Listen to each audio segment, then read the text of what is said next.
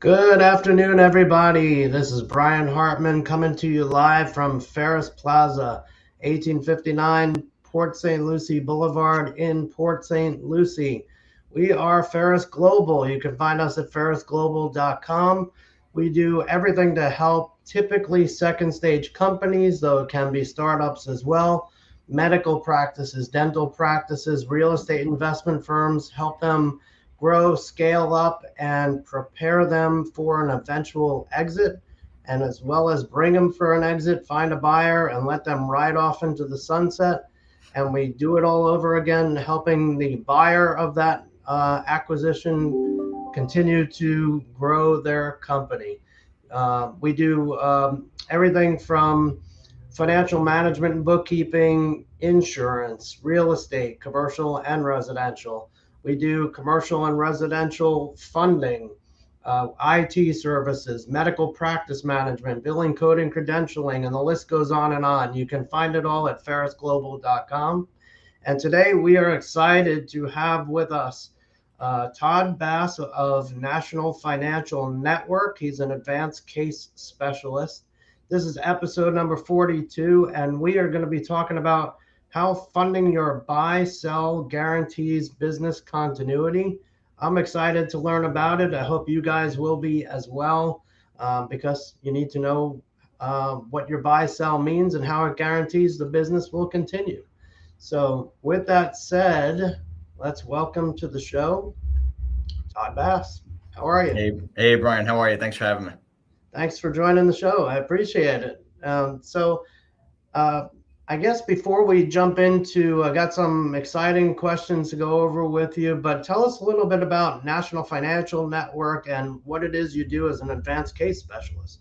Sure. So National Financial Network is it's a full spectrum financial services firm. We have multiple offices up and down the East Coast, ranging from New York, Boston, Brooklyn, Philadelphia, and Pennsylvania, all the way down to Florida. Our advanced business planning division works specifically with business owners, family-owned businesses, partnerships, corporations that are privately held and closely held, to really help them maximize the intrinsic value of the business, right, leading up to an exit strategy or a liquidity event, and then sort of helping them put things in place to ensure that when they do exit, they get the most of their money out of the business. And that's pretty important. That's what they're living for and building that nest egg, right? Yeah. Most people understand, but lose sight of the fact that you can accumulate wealth in any different number of ways. But for the most part, the majority of Americans amass this wealth through owning a business. And the business is typically the engine that drives that wealth accumulation. How many times have you heard over the course of your career a business owner just say, I'm going to close up shop because I want to retire? And they just end up, they don't even know what they have there, right? I've heard about it as many times as I've heard someone say, I have a winning lottery ticket in my pocket. I'm just not going to go cash it in. It's unbelievable. So I'm excited to hear more about funding your buy sell. I think maybe to get things rolling, why don't we talk about what is a buy sell? So a buy sell provision is a clause within an operating agreement, right, that exists amongst partners in a business that sort of lays out the blueprint of what events would dictate or require one partner to buy out the other. Right. So a perfect example of that, or the most common example, would be the death of one of the partners. You could have a clause within the buy sell that said, upon the death of one of the existing partners, the other partner was obligated to repurchase or recapture the equity from the deceased partner's estate, and then they would be able to carry on and own the business outright. So a buy sell provision, for those of you who aren't familiar with it, is really just a clause within the operating agreement that restates to either the two partners or however many partners are within the business exactly what the events are that would require a repurchase and how that repurchase is set to happen. Awesome. And before we continue, Todd, I just want to let everybody know that you probably will have some questions that pop up. So feel free to drop them in the comments section, whether you're in Facebook or LinkedIn or YouTube and watching us live. Todd will be happy to answer those questions as they come in. just say hello if you'd like to as well. We're happy to say hi back. And just remember to drop them in the comments section. So pretty cool. Appreciate the given the definition, because a lot of people may not have been aware of what buy sell actually is. But um, I know the important step in that process also is what does it mean to actually fund the buy sell agreement? Right. So it's one thing, it's kind of the first step to have the buy sell provision drafted and included in your operating agreement, right? God forbid something were to happen, whether it be death, disability, or just an incapability of being able to continue as a partner. You now know that there's something that lays out what requires you to buy out your partner, or vice versa for your for your partner to buy out you.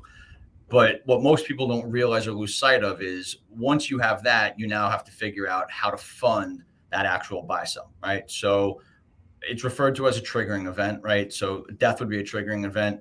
Total disability would be a triggering event, and there's a slew or an excess of other things that could be listed based upon the relationship amongst the partners. But in essence, there's three ways really to fund the buy sell, right? And one of them is with the revenue of the business, right? Which really is the most inefficient way of doing it, because amongst partners, there's a one-to-one ratio of equity to dollars. Meaning if you, Brian, and I are partners and each of us we own 5 million of equity, in order for you to buy me out or vice versa, $5 million has to be exchanged, right? The other method is to utilize bank financing. Bank financing to most people seems to be the easiest way, but it's also the most inefficient way, because you're still paying the same one-to-one equity to dollar ratio, but you now also have to incorporate the cost of capital or interest. The Right. most financially efficient way to fund a buy sell is typically with a permanent whole life insurance policy. The reason that's the case is with whole life, to fund the same $5 million between you and I in a buy sell agreement, right? If I were to pass away, in order to receive that $5 million death benefit, you're only going to pay a fraction of the cost. So your total premiums over a 10 or 12-year period may only cost you $3 or $3.5 million, where when I pass away, you're still giving to my estate the full $5 million of value. So in essence, what you're doing is you're creating an organic discount for the surviving partner without discounting the equity of the deceased partner. Interesting. So it definitely makes it a little more feasible on the surviving partner to be able to actually create that. It's, we've seen a couple of instances where there's been partnerships, and unfortunately this happens in more cases than most, but the buy sell provision and the funding of that hasn't really been addressed until it was too late. And there were certain provisions in place that required the remaining partners to pay back the deceased partner's estate, and it would drag about 30% of the annual revenue. So in one instance, I had an office administrator of a medical practice say to me, if this were to happen again and a second partner were to die unexpectedly, we wouldn't be able to survive another 30% revenue reduction. It would have put the medical practice out of business. So it does make a lot of sense for really any business, not just medical practices, but law practices, dental practices, construction companies, really any business, right? To fund it through the whole life method, because you're receiving that organic discount, and you're paying a fraction of the cost of what you're looking to receive. So the hardest part, I'm sure, is creating the awareness that this is available out there. Like I'm sure there's a ton of owners of businesses that don't even know it exists. A lot of people have heard of a buy sell, and if they've gone through the proper means and methods of putting together an operating agreement, they've likely addressed it in some scope or capacity. But most business owners are so consumed and occupied with running the business that this is something that very commonly and frequently gets overlooked until, again, it's too late. So, although there is, like I said before, there's the putting the provision in place, the ancillary part of that is actually funding it and making sure that it's taken care of, so that if in the event there is one of those triggering events that require a buyout, at that point, then the buyout is already kind of taken care of and addressed. Interesting. So do you normally recommend when a partnership is initially created, is that the best time to basically start these whole life policies and set it up? So it's always best to get whatever kind of planning you're doing done early on the onset, right? But there's sort of a catch-22 or a double-edged sword where when you're a startup and you're bootstrapping, your cash flow is a little bit tight, right? And although you may not be able to fund a buy sell entirely, it does still make a lot of sense to at least put the buy sell provision in place and have it exist within the operating agreement. And then as you go on and as the company matures and grows and kind of continues along an upward trajectory, when you do have the available excess cash, then it really does make sense to put the money into it and get that funded as soon as possible. Got it. That makes sense. So I know probably more people out there have heard of Keyman Insurance versus this buy sell and funding a buy sell. Tell us a little bit about what's the difference between the two. So there is a fundamental difference, and I have seen businesses use Keyman policies to fund their buy sells, but it's really not the correct way of doing it, right? The purpose of a key man or a key person policy is to make the business whole upon a loss. So if, for instance, you were one of our top salespeople and your sales production represented $5 million of revenue for the business, right? The company may take out a key person policy on you for that $5 million, meaning if you ever were to become either disabled or you became deceased and we lost you suddenly, the business wouldn't really suffer that loss of revenue as a result of you no longer being there. The buy sell is a little bit different. The purpose of using the whole life policy for the purposes of the buy sell is to basically say, if Brian and Todd are partners and Brian passes away, Todd now has this insurance policy within the business to fund buying back Brian's shares from his estate without creating a drag on revenue to the business. That makes a lot of sense. We just got a comment. Great show, Brian. Very interesting topic tonight. It was from Christina Miller. Thank you for watching the show. So it's interesting. Everybody talks about golden handcuffs and that whole scenario. That kind of ties in a little bit with the Keyman Insurance. How does that play a role? So people often misassociate Keyman and golden handcuffs and what a golden parachute is. And really the Keyman policy it's not designed or intended to fund a buy sell. It's definitely not intended to serve as a golden parachute or even golden handcuffs for that matter. The key person policy, or whatever you want to call it, is really intended to protect and insulate the business itself. And if you go back to the example I had given you before, where if you're a salesperson, right, and your sales production represents a certain amount of millions of dollars in revenue, that key person policy is really put in place or designed to replace that revenue in the event that you're lost, right? A whole life policy can be used in any different manner of ways. It can be used as a bonus structure or vehicle, right? So when you hear people talking about, I have a golden parachute built into my comp plan or my compensation structure, what they're really talking about is the company that they work for has either purchased a whole life permanent insurance policy for them, or they own one and the company is paying the premiums for them, right? And the benefit to that is really now you have an employee who owns this permanent insurance policy, right? And every year it's accumulating more and more cash value and the death benefit is going up. And as that cash value is accumulating on an annual basis, it can be accessed tax-free. It's not subject to any capital gains. The owner of that policy can leverage it and borrow against it, or they can pull it out entirely. But to say that a Keyman policy is designed or implemented as either golden handcuffs or a golden parachute is really mislabeling it. The Keyman policy is designed more to benefit the business, where the whole life policy, right, no matter what color you want to paint it, whether it be golden handcuffs or golden parachutes or a bonus structure, that's really meant more to benefit the employee individually. Got it. Makes sense.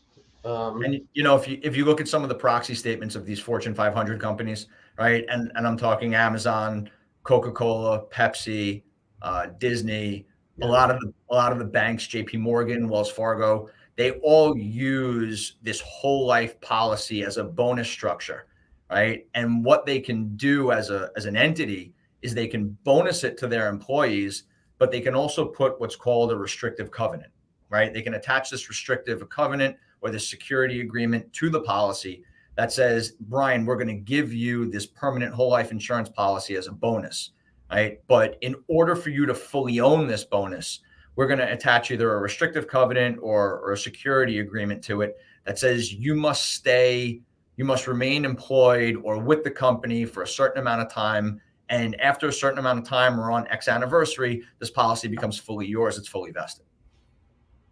so that's almost like options, It, similar to it's options.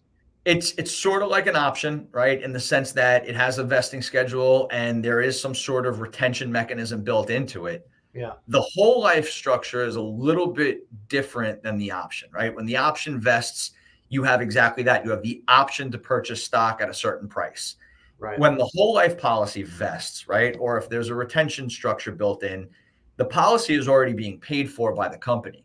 Hmm. And there are ways through the revenue code that, if you're a business owner and you have important or critical people in your business, you can give them this kind of bonus structure and make it fully deductible to the business through the revenue code.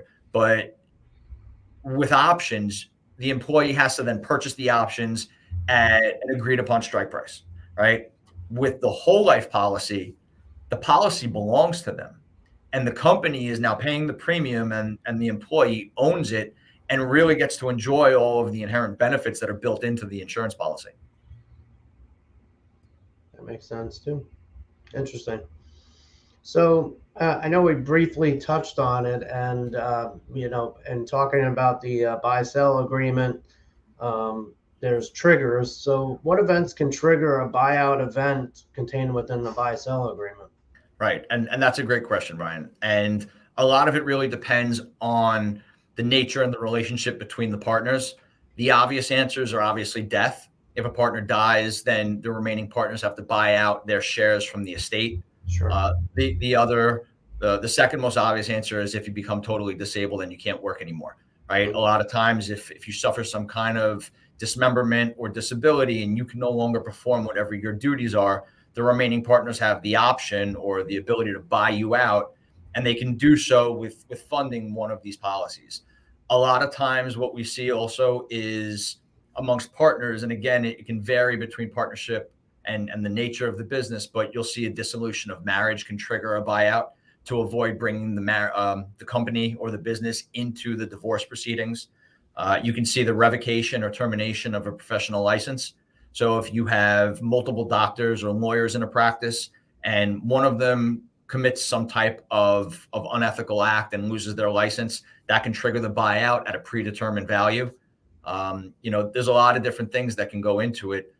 I think the best advice I can give to a company who's looking to set forth what those triggering events might be would really to be to sit down not only with an advisor but also with your corporate attorney and have your corporate attorney advise you on what other triggering events may arise between industry and industry. If you're in an industry like construction where you don't require professional licensing, you don't need a clause in there that says the loss of professional licensing may trigger a buyout. But if you're a professional licensed individual, such as an attorney or a doctor, that's certainly something that you want to take into account, because if a doctor or a lawyer loses their license and they can't practice their profession, there's really no reason for them to be partaking in the partnership anymore. So I guess what really it boils down to is the agreement is set in place ahead of time to determine which of those triggers actually will take effect in each particular scenario, right? Everyone. Yeah, and people think that I have to get my corporate documents together and I just want to take my time and I want them to be perfect and I want to get them right. The truth and the reality is that corporate documents, especially operating agreements and partnership agreements, they get revised, they get amended, they're ratified multiple times over the life cycle of the business. I've seen clients who have started up and sold businesses who have revised and amended their operating agreements multiple times, even in the period of a year. You know, if you think about the makeup of a law firm, right, or a medical practice, when you have either a doctor or an associate who hasn't yet made partner, and at the end of the year they're promoted and they buy into the partnership, the second they buy into that partnership, believe it or not, that operating agreement has to be amended and ratified because that new partner needs to be added to their equity schedule. So you can do your operating agreement and you can do your buy sell provision from day one when you open, and it doesn't have to be perfect. It doesn't have to be exactly what it might be 10 years down the road. But the best thing you can do is have something in place rather than having nothing in place. So once it's set up, definitely not set in stone, can be changed, as long as the trigger event obviously didn't happen prior to that. Correct. Yeah. And, you know, the other thing that's important to really factor in there is things like, how are we going to value the business? Is it going to be done by an independent valuation firm? Is it going to be some multiple of either enterprise value, book value, or EBITDA? You know, these are the types of things that, and I was having a conversation with a corporate attorney earlier today on something similar.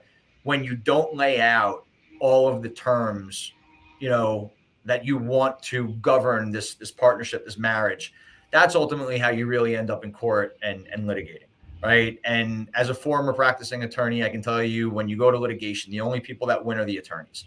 So the best bet is spend a little bit of money now, get the operating agreement in place, you know, consult with a corporate attorney who's familiar with the industry that you exist in, and have them guide you on what the proper triggering events should be.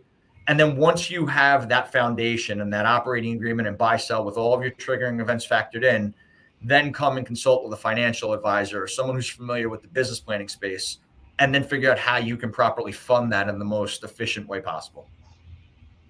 Good deal. So this may sound like to some a silly question, but I bet you it actually will make a lot of sense when they hear it. Can a buy sell be structured even if the business is owned only by one person? And, you know, as silly as one may think that sounds, it's actually a very good question. And a lot of people, you know, at face value may think, well, if I don't have any partners, how am I supposed to structure a buy sell? There is a mechanism within the advanced planning realm referred to as a one-way buy sell agreement, right?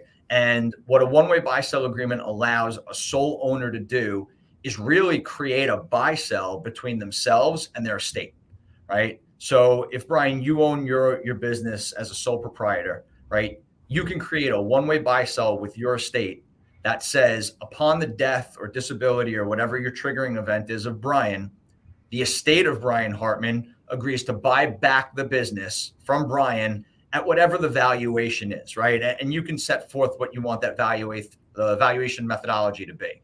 Mm-hmm. The benefit to doing this is this, right? And I'm going to give you a hypothetical for a second and just go along with it. And this isn't scripted. You give me your answer.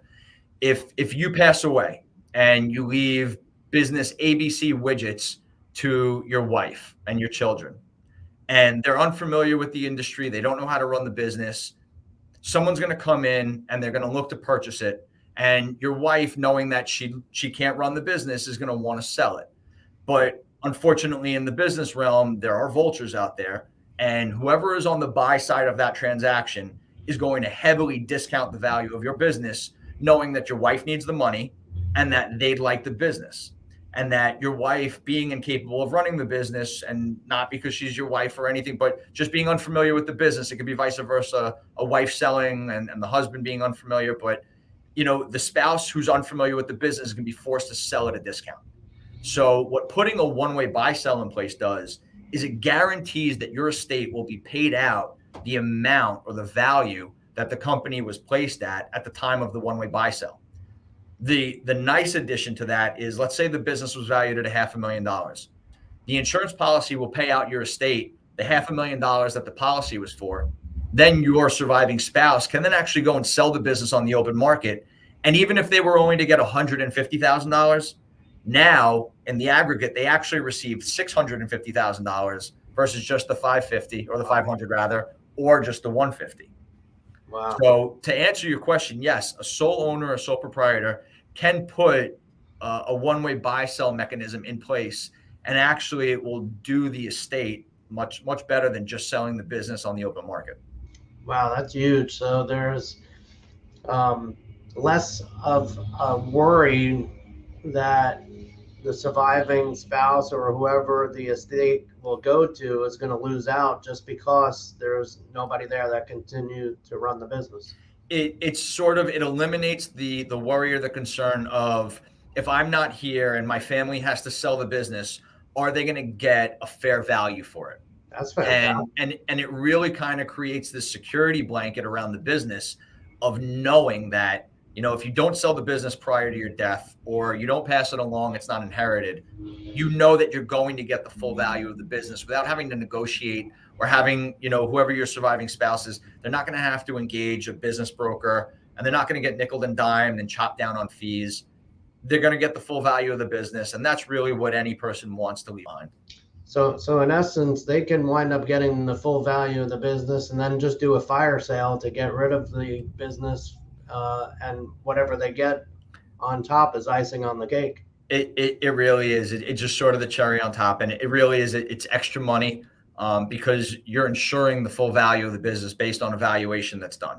So you're putting yourself and your family, your estate, in a much better place, rather than just waiting to have someone sell the business upon something happening. That's a huge gold nugget right there. That's really powerful, especially for the solopreneur, or the solo practitioner. Regardless of what industry, it's agnostic. You can apply that to any business, but you're really, like I said before, you're putting a safety net around your business. You're guaranteeing that when you're no longer here, your spouse, your children, your estate, they're going to get the full value of this business. Now that just made another question pop up, and we don't have to go into a whole lot of detail, but let's say there's a partnership, two Mhm. people, and they're, I don't know, best friends, and they jump on a plane and plane crashes, God forbid, and both of them die in the plane crash. And now there's nobody left to run the business, but they had. Is there a way for them to have? Can you do a one-way buy sell as partners to be able to leave it So, in the estate? so probably not. But what you could do, and that is a very good hypothetical question. But if it was planned for properly and the partners addressed this issue ahead of time, they would have had two separate insurance policies insuring both their lives. And if that hypothetical plane were to crash and they both became deceased simultaneously, both insurance policies would pay to both estates, and the families would then get paid out at a tax-free basis the full amount or the full value of the business. And then they would, similarly to the one-way buy-sell, be able to go and sell the business on the open market. And whatever they were to receive would also be sort of icing on the cake. Interesting. So I would imagine then that that's part of your process, is to just make them aware of, like, if you have a scenario like that, that's probably something they should really consider. Yeah. So, Brian, coming over from being a practitioner and being in the law practice, the first step you always take with a client is sort of an intake and a discovery, and to kind of dilute that a little bit down and humanize it. It's sort of just sitting down with a client, asking questions, getting to know them, and understanding a little bit more about them, their partners, the business, what their goals are later on in life, and where they think the trajectory of the business is going. Once you have an idea of what their gaps are or the kinks in the armor, we can address those, and we can kind of tie off any loose ends. What we normally recommend is to always start with a valuation of the business, right? I like to make the analogy that getting your business valued is sort of like going to the doctor on an annual basis for a checkup. No one likes doing it because you're afraid of what the doctor might say. But at the end of the day, it's really sort of critical to understanding and getting a pulse on the life of the business. So I got a question that just popped up from John in Port St. Lucie. If the buy-sell agreement is in place, can it include a business broker that they prefer, so that way that part is taken care of as well? Absolutely. The nice thing about operating agreements, John, is that they can be whatever you and your partners want them to be. It's really just about getting the partners in the business to get on the same page and agree and sort of lay out a blueprint of how is this business going to be handled? How are certain items going to be addressed? If you and your partners want to agree on Brian, as an example, if you want Brian to serve as the business broker to sell the business whenever that event comes up, then by all means, as long as Brian is capable and willing and able, then he can certainly serve as the business broker. But operating agreements, buy-sell agreements, these are things that can be customized and really tailored to the partnership and the business itself. But ultimately, you shouldn't ever try to do this on yourself. You know, this is like a heart surgeon trying to perform open heart surgery on themselves. You know, a lot of people go on LegalZoom or on Rocket Lawyer and they try to cut corners and get it done as efficiently as possible. You're never going to be able to achieve exactly what you want to achieve without sitting down with your lawyer and going through really, you know, the gamut of things that could potentially come up. Very good. I have one last question, but before we get there, do you want to tell us what your credentials are that you have next to your name? Sure. So the alphabet soup that you see to the right of my name, as I mentioned to you before, I am a licensed and admitted attorney here in the state of New York, and I practiced for about 10 years in the areas of corporate law, taxation, securities, M&A. The AEXP is an advanced exit planning designation. The CFMVA is a certified financial modeling and valuation analyst. So really, you know, in my professional career, after I graduated law school, I'd gone into the corporate realm. I understood very well that valuations and financial modeling played a very big role in what was to be done with businesses and how they're to be handled. You know, you deal with discounted cash flows and valuation methodology all the time. And the exit planning designation was something that I had completed not too long ago. And what that really allows us to do is kind of sit with the business and say, regardless of what your horizon is, right? If your runway is 5 years or 10 years, 20 years, whatever it may be, here are the available exit strategies to you, your partners, and the business. And ultimately, whichever one may prove to be the most valuable to that particular business, our team here at NFN and my team as well, we can sort of reverse engineer that back to present day, back to right now, and figure out what hurdles and benchmarks the business needs to hit in order to guarantee or ensure that it's going to achieve whatever that valuation is later on down the road. Very interesting. And so you could do this nationwide, obviously. Yeah, so we're industry agnostic, meaning we can work with pretty much any business. There are restrictions, as I mentioned before, when it comes to professional practices such as medical practices, you know, attorney law firms, dental practices. Obviously, you have to hold that professional licensing and credentials in order to practice whatever that is. But otherwise, if you own a business, in essence, it's a widget. Right. And not to disrespect everyone's business out there. One of my favorite things is learning about what people do, because there's so many different things that people across the country do to make money. It's sort of like that show, I think it's on History Channel, How It Was Made, right? Or How It Works. And I always find it interesting to hear people's stories and how they got into business and where they want to go with it. So we can work with anyone. We're happy to work with anyone. We're happy to educate you and inform you and at least put you on the right direction if we can't help you. But, you know, this is something that every business owner really owes to themselves, even if it's just to educate yourself going forward. If you don't do the planning now, get the information, get the education so that you know better and that you're in the know and you know how to handle it going forward for both you, your family, and the business. That's great advice.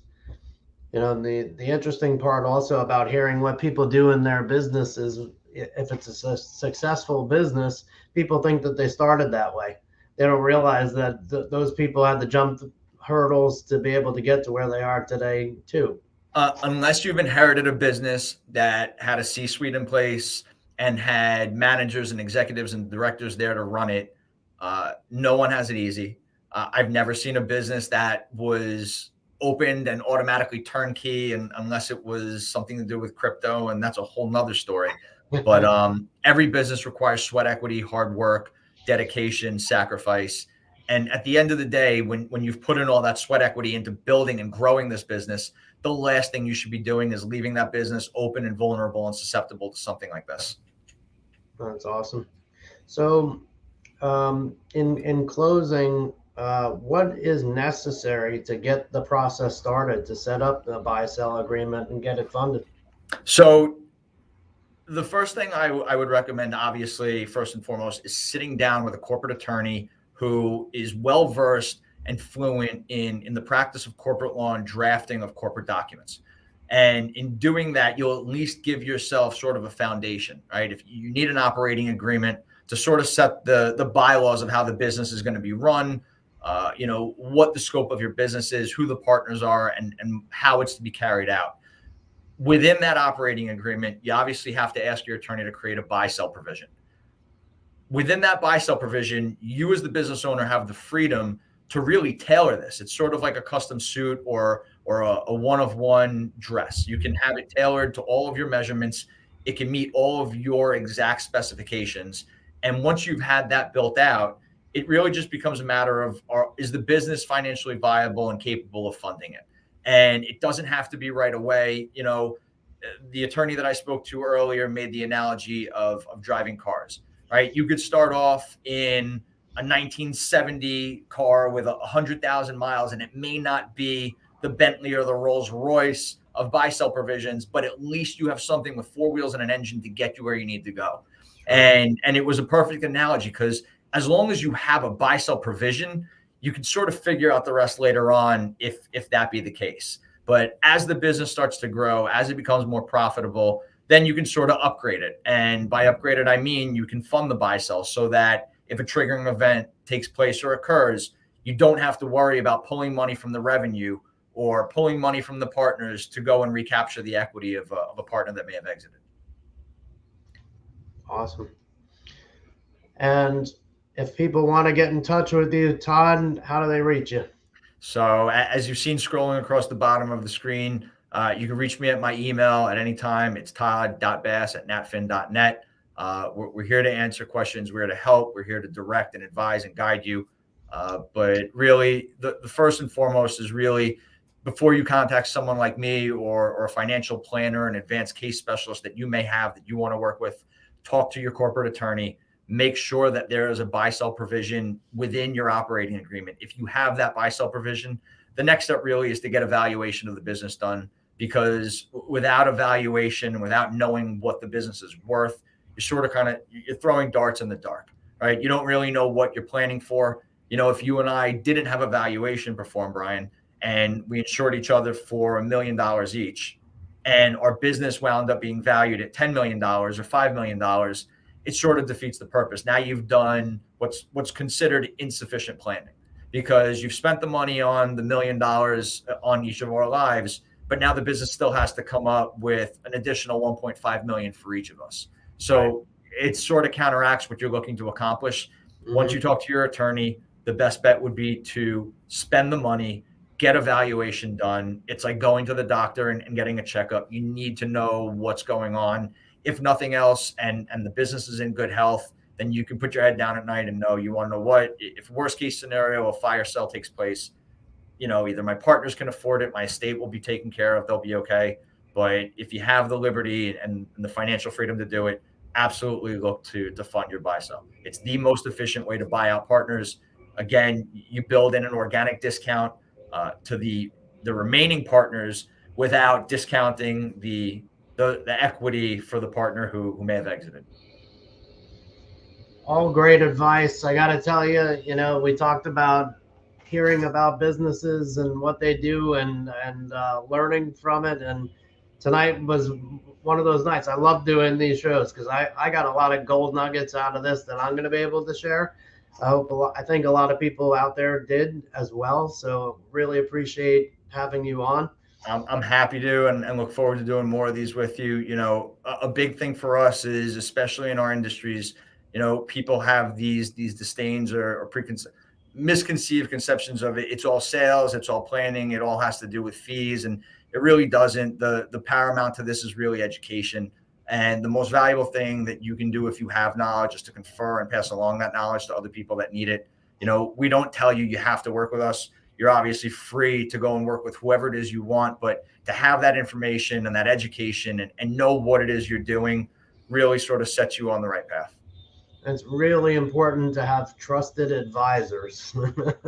There's no shortage of bad advice out there. So if you can align yourself with someone who really understands this world and understands how to do this planning properly, then it's worth its weight in gold. Awesome. So we're going to have you back on real soon, Todd. We're going to continue down this path. I know you got some more ideas of what we can bring to the table, so I'm looking forward to that.